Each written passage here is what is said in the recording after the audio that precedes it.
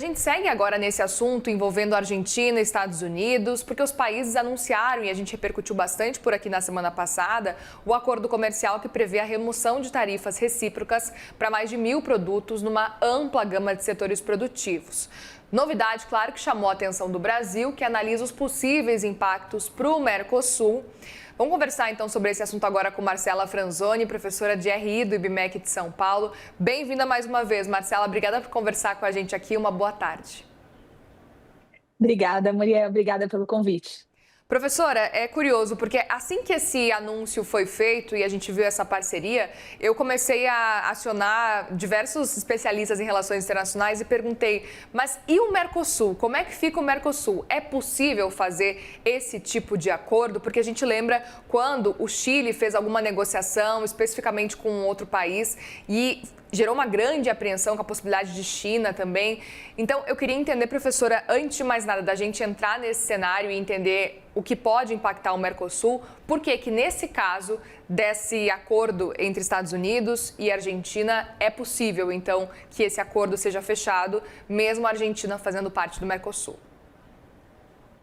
Bom, primeiro, existe uma discussão técnica que eu acho que é importante ser colocada, né? Se as diretrizes do Mercosul, elas permitem efetivamente a negociação de acordos com parceiros extra-regionais, né? Então, basicamente, de um ponto de vista até jurídico, a discussão, ela remete a esse cenário, porque quando o Mercosul ele foi criado, a ideia é que ele se tornasse uma plataforma e que esses países negociassem em bloco com parceiros extra-regionais, o que a gente chama da tarifa externa comum, a TEC.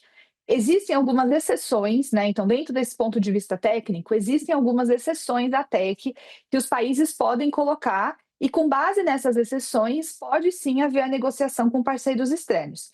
O grande debate em torno desse acordo entre a Argentina e os Estados Unidos é justamente a amplitude dos setores que foram abarcados e também em que medida, quais vão ser os impactos desse acordo também para o Mercosul. Por quê? Porque, no fundo, esse acordo ele coloca, por parte do governo do Javier Milei, uma nova proposta para o Mercosul, né? Então, acho que esse é o grande desafio para o Brasil a partir de agora.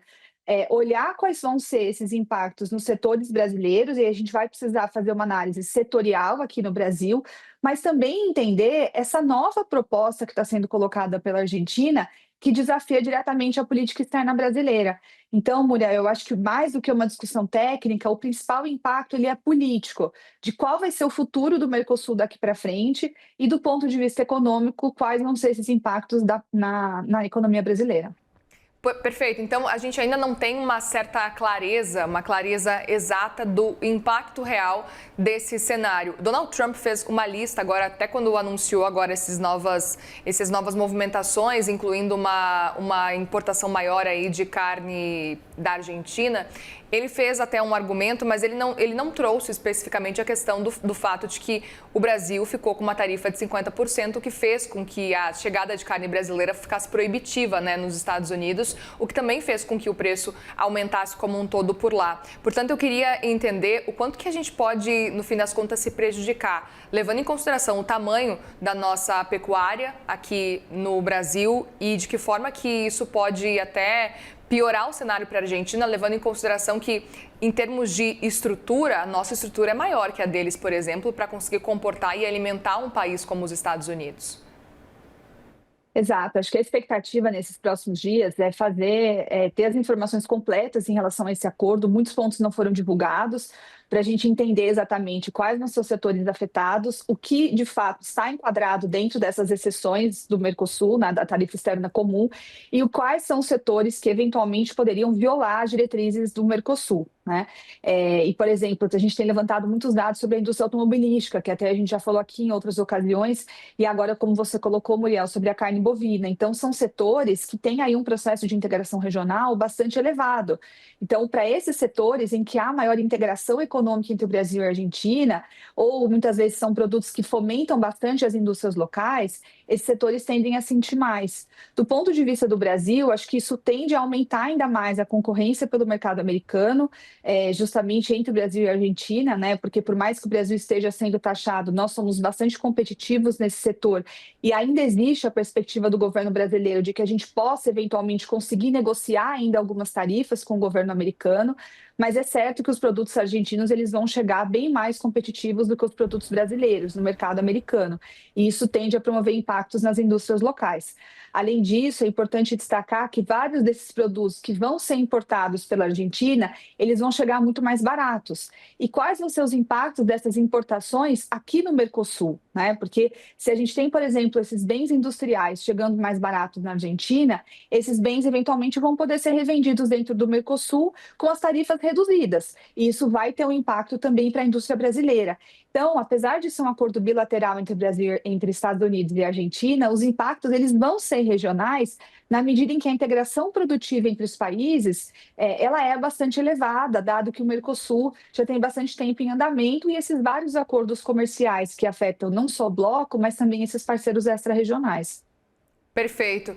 Outro ponto para a gente ficar atento também é o quanto que isso pode movimentar e modificar os acordos do Mercosul. Você acredita que a gente pode ter uma alteração diante desse cenário, diante desse acordo especificamente entre Argentina e Estados Unidos? Isso pode fazer com que os países revejam esses acordos?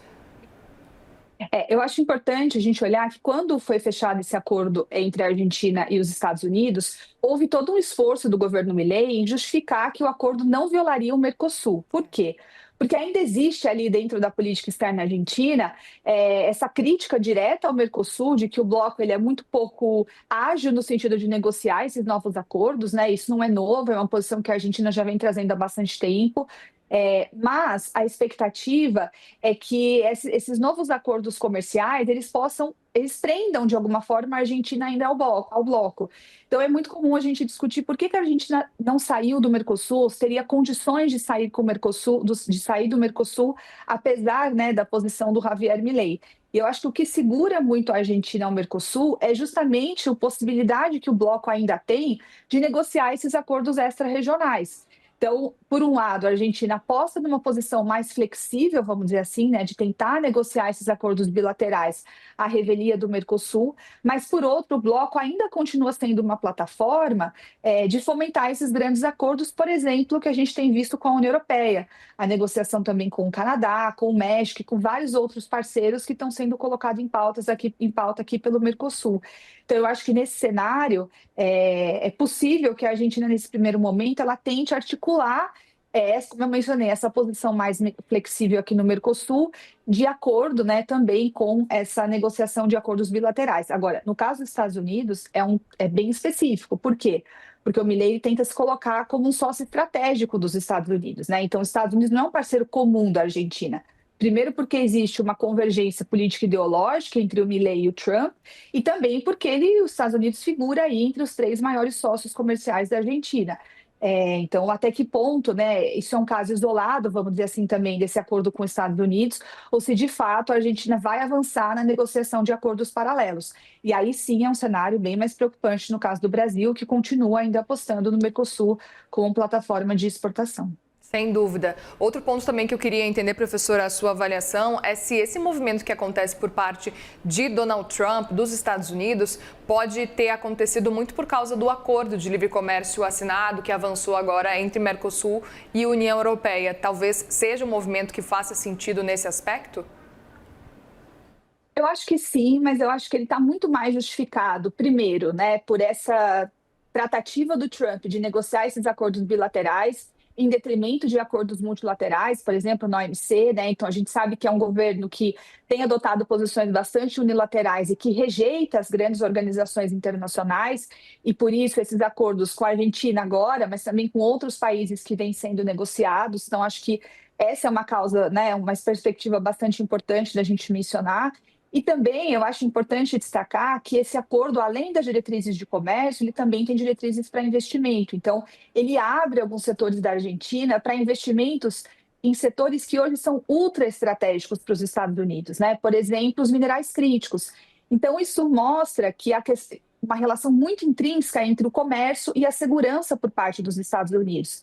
Então, mais do que as diretrizes comerciais, eu acho que talvez a grande inovação desse acordo seja o setor de investimentos e essa corrida dos Estados Unidos em prol desses minerais críticos. E aí olhando muito para a relação com a China, né? E isso tende a gerar um sinal bastante claro para outros países da América Latina, porque é um tema em que os Estados Unidos se preocupa, que almeja entrar nessa concorrência aí, principalmente para atender os seus setores de alta tecnologia, e países aqui na América Latina que são ricos em produtos naturais, né, em bens primários, esses produtos tendem a chamar atenção, principalmente agora nesse processo de negociação. Então, acho que é sim importante esses movimentos, vamos dizer, do comércio mais global, mas existem também algumas especificidades aqui da América Latina que justificam a negociação agora com a Argentina. Muito bem, Marcela Franzoni, professora de RI do IBMEC de São Paulo. Obrigada mais uma vez pela presença e volte mais vezes. Obrigada pelo convite. Obrigada.